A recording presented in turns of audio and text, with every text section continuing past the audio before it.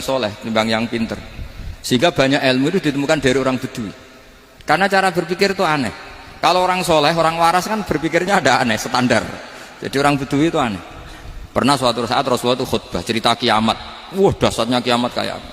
Semua orang diam nangis semua. Orang Bedui enggak, lebih cerdas. Ini Nabi itu aneh, cerita kiamat kalau udah ada tanggalnya ini gimana? Orang nangis semua karena dahsyatnya kiamat kayak gitu. Bumi dihancurkan, wus. Pantas sudah nangis dewi-dewi. Ya ono sing nangis pabrik banyune macam-macam ya. Ini kalau kiamat gimana ini perjalanan air kemasan saya kan orang mikir. Mikir dewi-dewi gitu.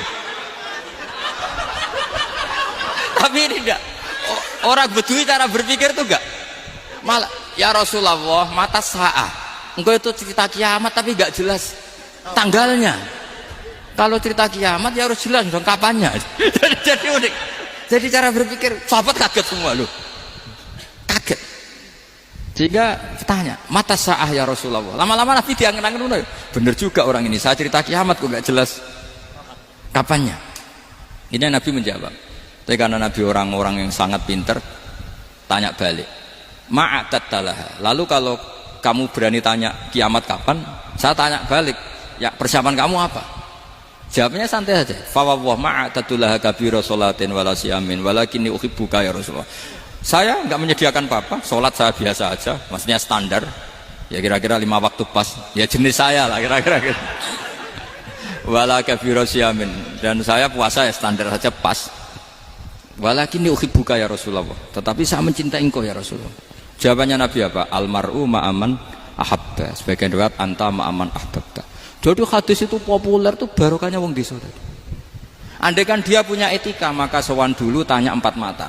Itu jadi hadis ahadi. Tapi barokahnya dia selonong di depan umum.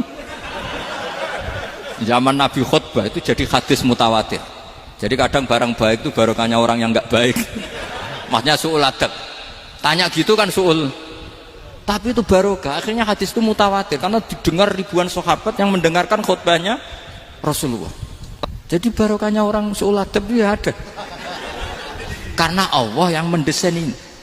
Akhirnya kata sahabat, kata Anas bin Malik, mereka itu mangkelnya bukan main sama Arabi tadi karena tanya enggak sopan sama Rasulullah. Tapi setelah Nabi jawab almar'u ma'aman ahabba fama farihu bisyai'in farahahum bidzalika batal. Mereka tidak pernah senang dengan hadisnya Nabi sesenang riwayat almar'u ma'aman ahabba. Barokahnya Arabi.